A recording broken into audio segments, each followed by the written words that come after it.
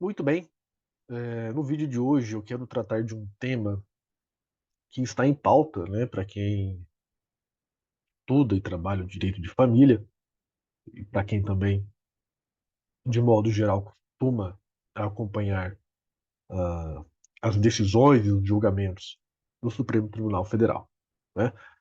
No vídeo de hoje nós trataremos sobre dois institutos bastante importantes para o direito de família, que são a separação e o divórcio, com foco específico no recurso extraordinário 1.167.478 do Rio de Janeiro,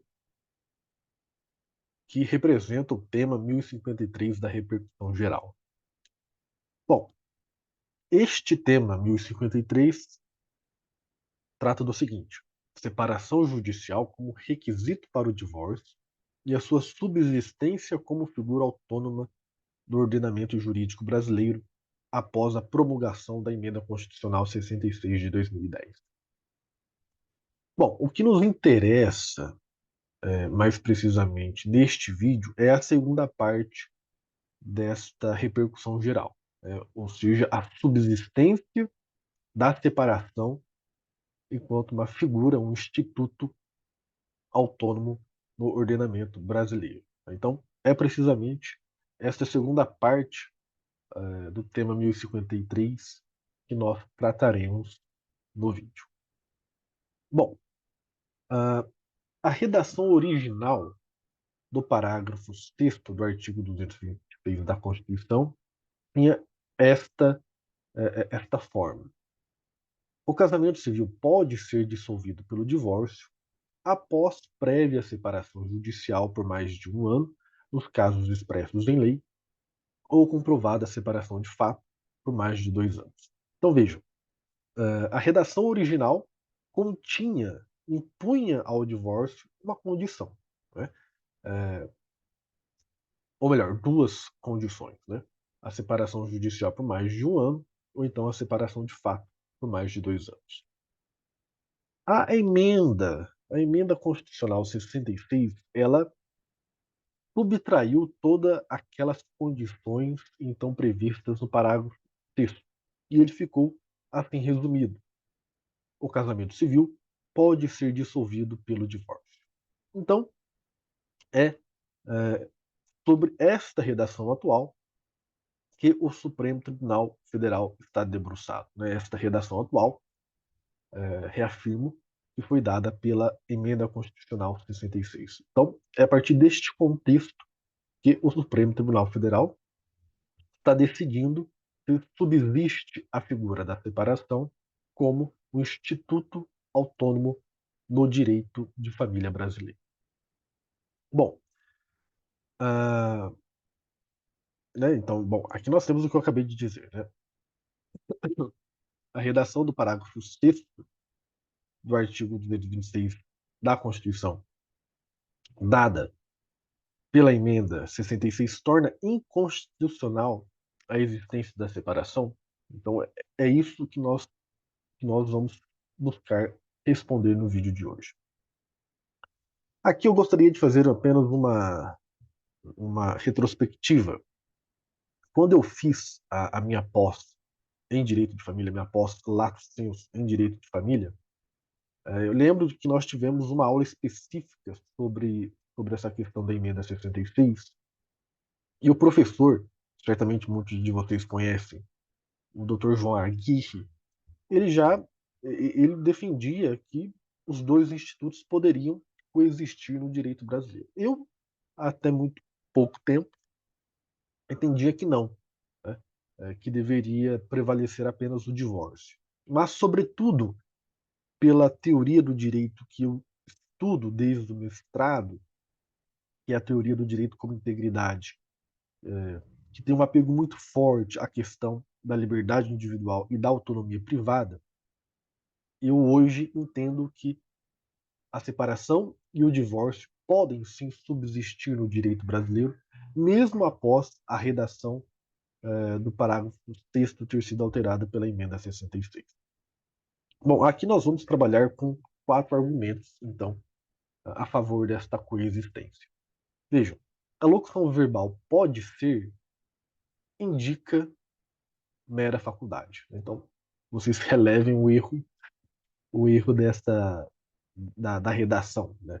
Quando eu escrevi está indicara, né? Não, indica mera faculdade, ou seja, o casamento pode encontrar o seu fim pelo divórcio ou por outro meio que eventualmente o legislador infraconstitucional deseja estatuir, e nós já temos este outro meio que é a separação, né? Então vejam, a locução verbal pode ser, indica mera faculdade, mera liberalidade.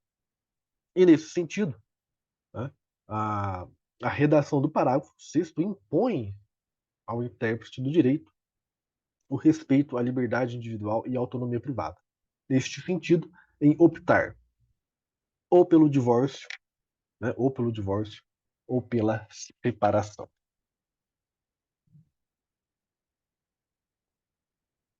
Depois nós temos outros dois argumentos também bastante interessantes, que são estes dois últimos. Reestabelecimento da sociedade conjugal, artigo 1577 do Código Civil, e o descumprimento dos deveres conjugais.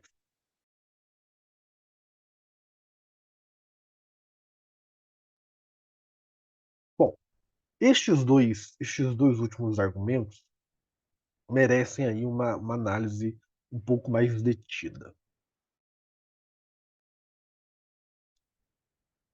Reestabelecimento da sociedade conjugal.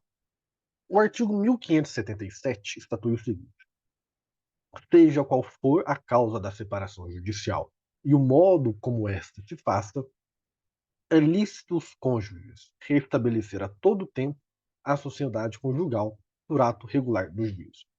Então vejam, a separação ela desburocratiza eventual restabelecimento da sociedade conjugal.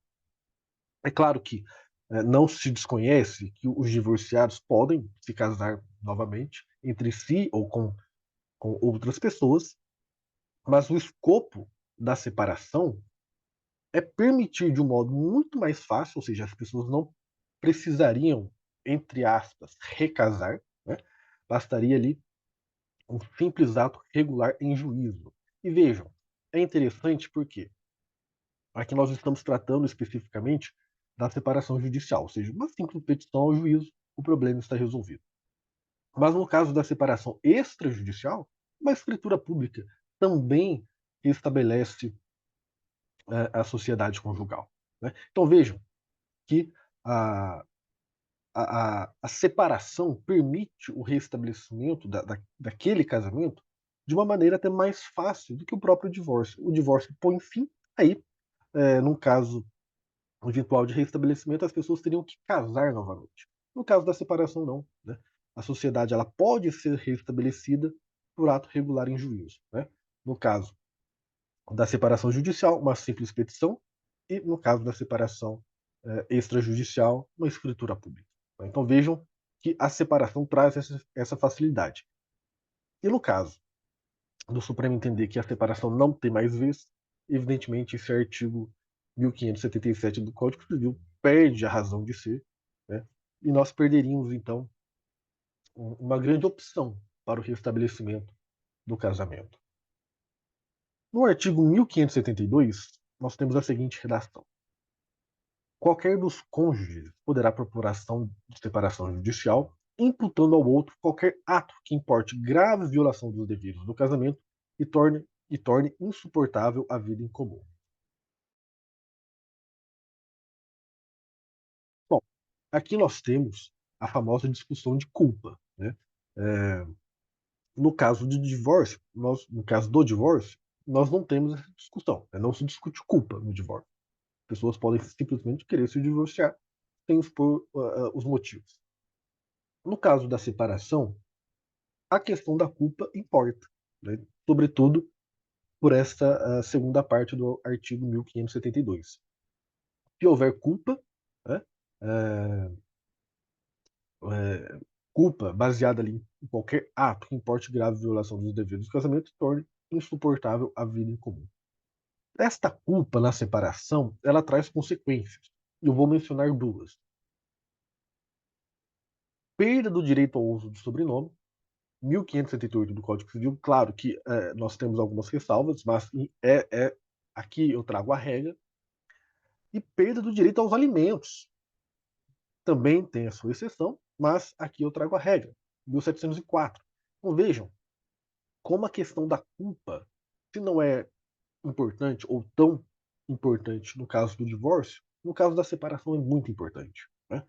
E então vejam que no caso do Supremo Tribunal Federal, entender que não subsiste o instituto da separação, nós perderíamos este recurso do artigo 1572, perdão, isso, do artigo 1572 do Código Civil, e as suas relações com a culpa no casamento.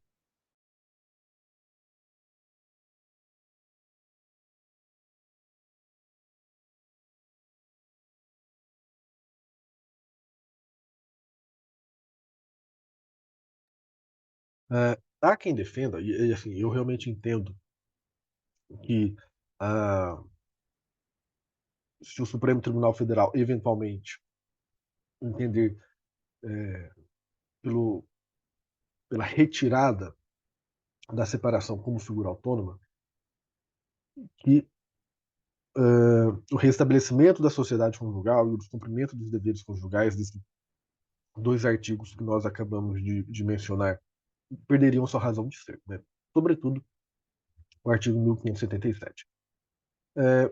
Mas as consequências que nós ilustramos do artigo 1572, como a perda do direito ao uso do sobrenome e do direito à pensão para os casos de culpa, né? Em que pese no divórcio não haja essa, essa discussão de culpa, né? Não haja necessariamente essa discussão de culpa, me parece que mesmo diante de eventual decisão do Supremo pela, perdão, gente,